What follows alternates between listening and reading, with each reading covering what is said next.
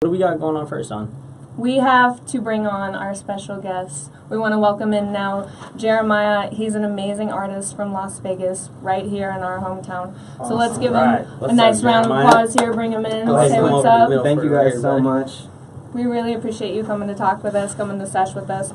So if you guys are out there, let us know what you're dabbing on. Let us know what you're smoking on. Make sure you like and share the video directly from Dr. Dabber Facebook so that you can be entered in to win all the nice stuff that we have for you. So. Man, we got some good terps over here.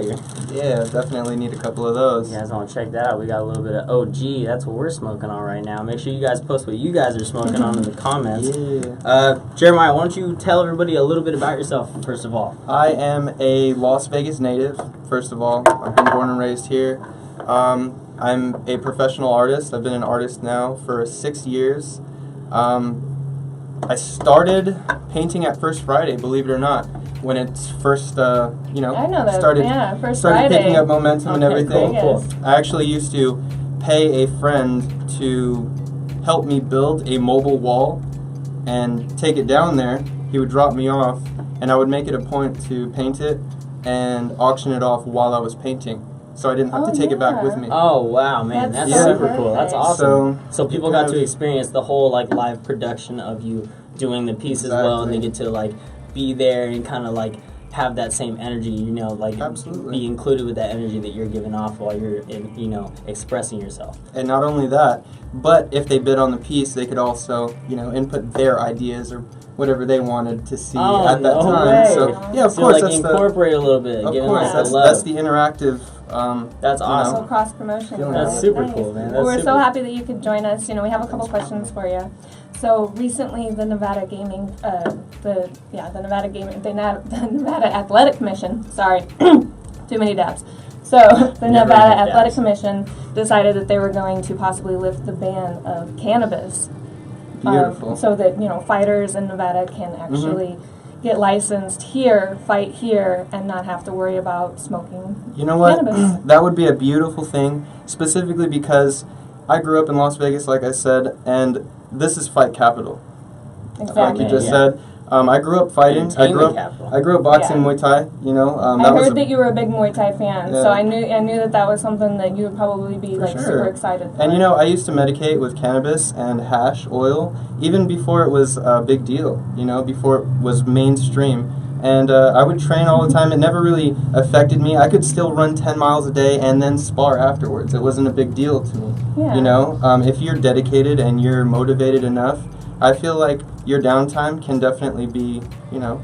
Yeah, it's nice to see that it's, you know, becoming a little bit more lenient, and they're lifting those bans on there because, especially in Vegas, like you said, this is like the fighting capital. This is where I mean, the only real danger of it is if they're going into the ring stoned. And I mean, even still, I feel like that should be like on a professional level. For sure, absolutely. You should just know that you're now in your place of business and it's time to do business. But I feel like on another level, it's going to really allow these guys to, like, recover at a really good rate, you know, while they're outside of the ring, you know, on their downtime, with the little downtime that these guys already have because they're training so much and always putting their body through this, you know, strenuous, you know, tests and builds every time. They got to make sure that they're getting better and getting better for the next fight. You know, it's going to allow themselves to really recover and meditate on that downtime so that they're ready for the next fight. If you're a professional fighter, I think you're going to know how to, like, regulate yourself. And I think there still should be a lot of regulation. Of course, not going in there, you know. What it is moderation. Moderation is key. Yeah, everything in moderation is totally fine, but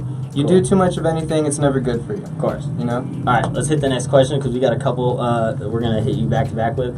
My question for you is, I want to know, as an artist, I want to know how getting high and marijuana has affected your creative process and, like, your art in general. Okay. So, ever since I was younger, I went through some kind of turmoil in my life where emotion and stress was a big part. You know, and I didn't know how to deal with that. I used marijuana as an antidepressant at the time, which I didn't know it was an outlet for me, you know, or an antidepressant for me at the time. But as I continued to do that, it kind of developed into a meditative catalyst. You know, it wasn't that I needed it so much anymore. It was that I was using it to catapult my thinking and catapult my, tranquil thought, if that made sense. Yeah.